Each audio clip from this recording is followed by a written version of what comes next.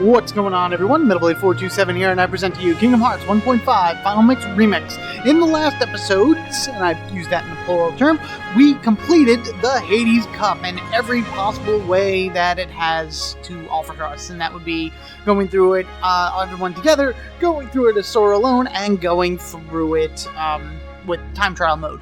From that, we were able to gain the Save the Queen and Save the King weapons, which are the ultimate weapons for Donald and Goofy. So now we are standing here, each with our best possible weapon in the game, ready and raring to go fight the super bosses. That's right, we have 5 bosses that we're going to be going to tackle right now today, and we will start with the first one in Agrabah. However, before I even moved forward with that, I decided to do a little bit of grinding to get my levels up a little bit more. You really didn't need to, or at least I didn't really need to, but I figured I was here, might as well give it a shot. And from that, I discovered something that I didn't really know before. First and foremost, here you go. These are my levels. I'm in the 80s right now, so low 80s, not really so bad. Figure I didn't get too high up just in case, because I at least like the experience that I'm going to earn from these bosses to mean something, per se. So, right now, I am in the 80s. Good stuff. If you talk to Phil, and you go back to the Hades Cup, you actually get a new option. Choose opponent. From here, you can then go to any one of the previous fights in the Hades tournament. So if you just go and you choose opponent, you'll get the list. Here they are. You can go back and fight any round. You're not starting from this round. You are fighting that particular seed. And what I have found out is if you use all of the EXP pluses on Sora, Donald, and Goofy, you will be able to fight the Rock Titan. And every time you fight him, you will get 6,800 experience, plus around, I've averaged between 160 to almost 190 additional tech point experience. So you're getting almost 7,000 points of experience per run on the Rock Titan. And that means, like, Sora, for example, will be able to level up once every 2 fights. And it takes maybe, like, I don't know, 3-4 minutes to go through a fight with a Rock Titan. So from those numbers, because I was able to do that over and over again, this happened. Enjoy the level montage! Come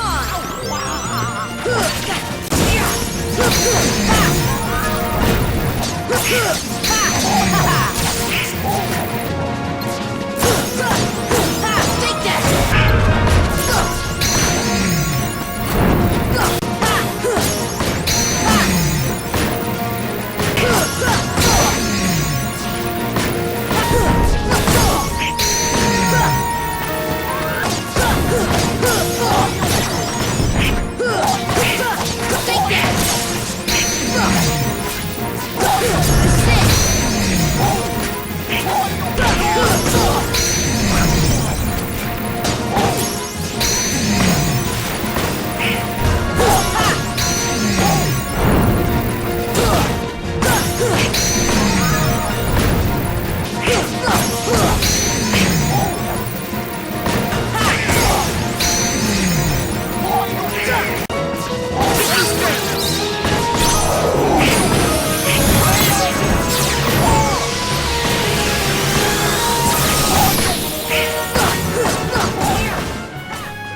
Pretty cool, huh? A lot of, like, real quick levelings here and there and whatnot. So that is what I discovered going through, and this would be a pretty ideal way in order for you to power level your guys. Initially, it was go through the Hades tournament over and over again in order to level up. There was also another way that used to be a good level up process, but here in Final Mix, this is the best I can tell you. Just equip every EXP plus item you have and fight the Rock Titan over and over again. Very nice. Yeah, whatever, Phil. Alright, so by beating him, as you can see, here is the first EXP ring. I forgot to show these off before I went forward. So, EXP ring, EXP earring, and then Goofy I gave the EXP bracelet. And I'm going to keep these on them just because, you know, going to fight the super bosses, might as well get as much experience out of it as possible. Ability-wise, for Sora, I did happen to gain Vortex. Close the distance to nearby enemies with powerful spinning attack. It's just an offensive move where Sora spins around in a weird, like, circle thing and charges at an enemy. Not too bad. A little hard to control when he actually does it, but I threw it on there anyway. Also got myself a critical plus, as you saw, as well as an additional tech boost, which I believe is the last one I'm able to get in the game. I don't get any more tech boosts for Sora from here on out. Donald and Goofy actually don't gain any more abilities either, so whatever, like, AP they have, they are stuck at. Anywho, I am now going to give Sora Blizzard, because there's a few things that I want to do here in the Coliseum that I completely forgot about, that I want to get done before we go and fight our first boss. First thing, over here behind these pillars is this weird, like, jar. I guess it's supposed to be Hades jar because of the coloring and whatnot. I mean, it's the H, could be Hercules, but I'm pretty sure it's Hades. And inside of it is an auriculum, so I guess that's just an additional item that you get for beating the Hades tournament. You can fight it, but it doesn't really do anything. It's going to stay empty. Getting the level 3 Blizzard ability now enables us to douse these torches, I guess you can say they are, throughout the Coliseum. There are 8 of them, and you know what? Might as well run around and do that. Should have plenty of magic in order to be able to do this. There we go, very good. So, gonna run around, gonna use our Blizzaga spell, and shut them down. You get 2 items from this. One is kind of like a meh, whatever item. The other is something that I knew was in the game, but I completely forgot where it was, well, until now. Alright, last one.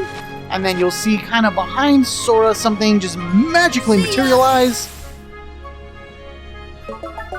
There it is. There's the chest. See, it just kind of popped up into existence. This chest right over here contains a Holy G. Just another thing for your gummy ship. I've completely finished the gummy ships. But all the way down on the other end, we have another chest which contains the Shiva Belt. So there you go. See, I knew it was in this game, I just didn't remember where. The Shiva Belt. Here we go. Reduces ice damage by 40% and raises max MP by 1. Also enhances magic and summon power. So there you go. We got the Rama Belt, the Ifrit Belt, and the Shiva Belt. All belts based off of popular summons from the Final Fantasy series. Each one giving the resistance to their respective element, as well as raising a particular stat. I'm not going to bother equipping these to anybody, but the sheer fact that I have them makes me happy. Okay. With that said and done, we are now going to be on our way to our first boss, and that would be in Agrabah. So, to the worlds we go.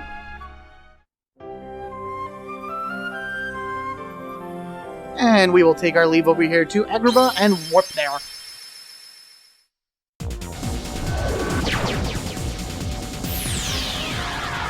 Once we get over to Agrabah, the place that we're going to want to go is to Aladdin's house. So we're going to choose that and drop on in. You probably remembered this from when I was doing my world tour with the Carpet standing here acting like a lunatic, jumping all around the stage and whatnot, or all around the house. So there he is.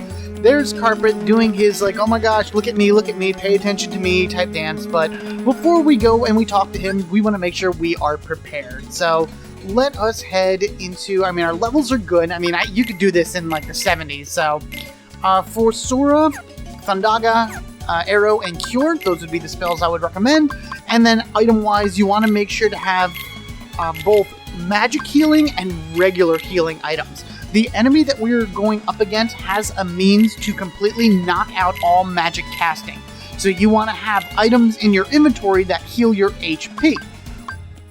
This should be alright. I mean, you're going to want the others for a little bit later, but definitely throw some high potions into your item inventory as a just-in-case measure. Otherwise, anything else that you want to equip with your guys is all good. Let us talk to Carpet. What's the matter? Want to go somewhere? And I say that it is our turn to ride on the Carpet.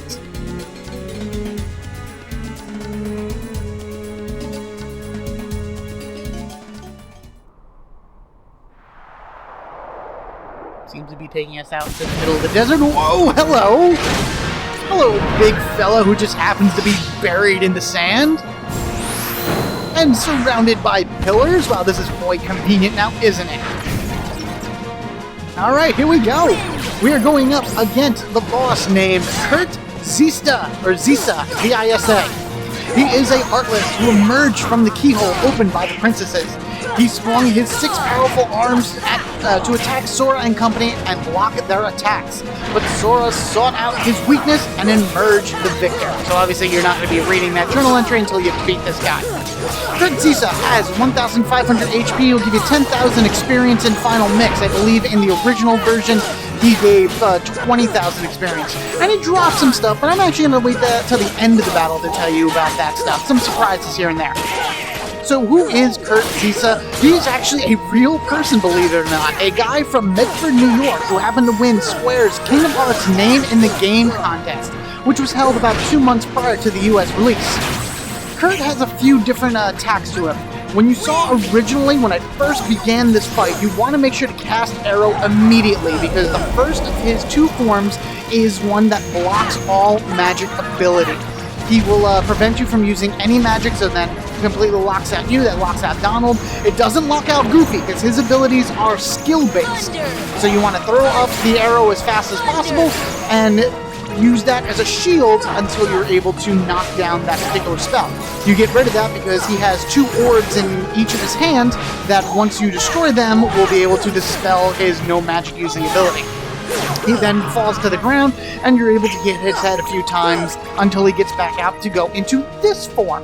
This form, he surrounds himself with a magic-only bubble, meaning that you can only hurt it by casting offensive magic abilities. That's why I have Thunder set to my preset, because as long as you're locked onto him, Thunder will hit.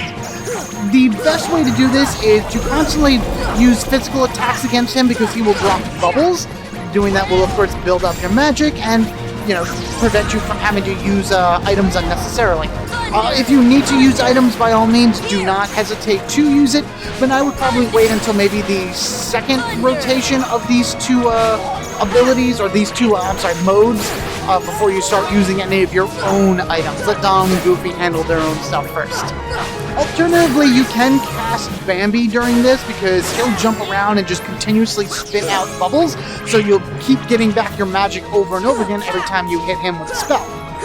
This is a fine technique to use. Just run around and just use you're swinging around in order to knock down the bubbles. Watch out for any of his abilities, which will be like the tornadoes that come out. He'll shoot some type of energy ball into the ground that'll move around like a tremor would or graboid and whatnot, and then pop out of the sand and hit you. But he's really not too hard in this form, mainly because you can keep regaining your magic easily, so you can heal yourself, you can keep putting up arrow and all that other fun stuff. I am almost done with this right now, so here you go, there's that weird sand attack. Oh, there they go, it's hitting me. Alright, one more thunder should knock him out of this little bubble. There we go. And now we need to go right up to him and start beating his face. The problem with Kurt in this form is that he's constantly moving around, and it's a very small target to hit, so just keep swinging your sword, you'll eventually knock him down, and he's gonna get up. There we go. See that magic spell that he did right there? That means that you are no longer able to cast any magic at all. You have a few seconds before it clicks into effect, in which case I would then put up your shield and cure yourself immediately. You can also see the 2 orbs in his hands that you need to destroy in order to dispel this whole barrier thing that he has on you. Good thing is that every time you beat an orb, it drops lots of HP balls as well as an item occasionally, so hopefully you get something good, that's for sure.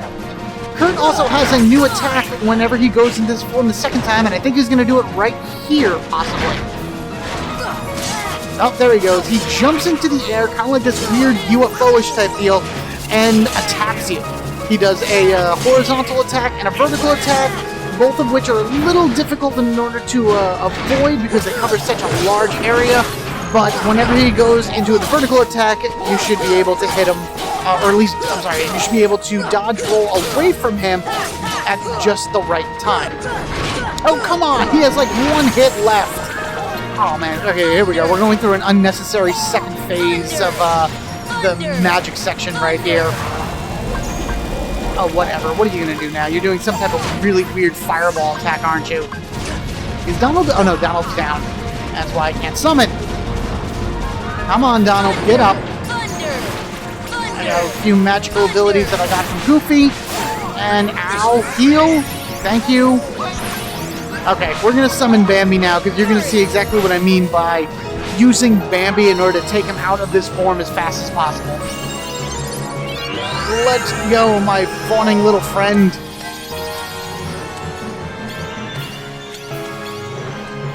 I know. You had this, like, epic battle music in the background, and I have a little deer surrounding me. But every time you cast thunder or any type of magic spell, and you hit him, Bambi will then jump around like mad, and as you can probably see, lots and lots of bubbles are starting to come around me. So, as long as I just keep doing this, it's like I'm never running out of magic. There we go. Come on, come on, come on. One more hit. Yes! And he is down. Kurt Zisa has fallen to the might of the Keyblade Master. And Bambi's still jumping around like a crazy little thing.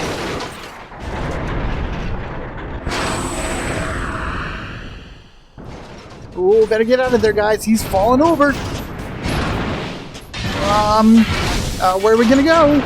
Oh, good. Carpet. There we go. Excellent. Way to be, my friend. Way to be. And that is one down. Probably the easiest of the bunch. And we learn Zetensutken, whatever, and Ansem Report 11 is given to us. Isn't that nice? Some good items from Kurt Zisa right there. Let us actually touch the save point over here and kind of regain our magic and health and whatnot. Anywho, Carpet is gone. That is a one-time only fight, so you can't go back in. And Sora gained Zent, whatever. Has a 30% chance of unleashing a finishing combo attack that can destroy a weaker enemy. I'm pretty sure this attack has appeared in Final Fantasies and whatnot. I want to say Odin has used it a few times, and it's a pretty cool attack. I'm going to actually go and take off combo pluses, keep on Combo Master though, because that'll initiate the attack and actually show you what this move looks like, mainly because there's really not that many more, I'm not really fighting any Heartless from here on out, and if I am, it's going to be few and far between.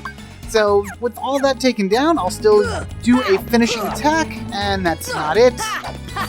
There we go, that's it. So, basically, Sora pulls the Keyblade back and kind of does this horizontal slash, and if you're attacking a regular Heartless, per se, you'll probably instantly kill it. It doesn't work on all Heartless, but, as it said, weaker enemies it will work on. So, there you go. Some cool stuff right there, and then, of course, we got Ansem Report 11. Ansem Report 11, 12, and 13 are exclusive to Final Mix. You're not going to find them in the original Kingdom Hearts at all, and basically defeating a lot of the extra bosses or whatever will give you those reports. So then, 1 down, 4 to go. Thank you all for watching. Be sure to rate and comment down below, and if you haven't already, hit that subscribe button so you can get equipped with me, MetalBlade427. In the next episode, we move on to the next world, which I believe we're going to be heading to Neverland. If you remember from my world tour and whatnot, we had Tinkerbell standing there in front of us saying, do you want to go to the clock tower and whatnot? We will be doing that next time and fighting a very cool looking Heartless, one that got a color rechange for Final Mix that I think was actually better than its original. You guys have a good one, and I will catch you all later.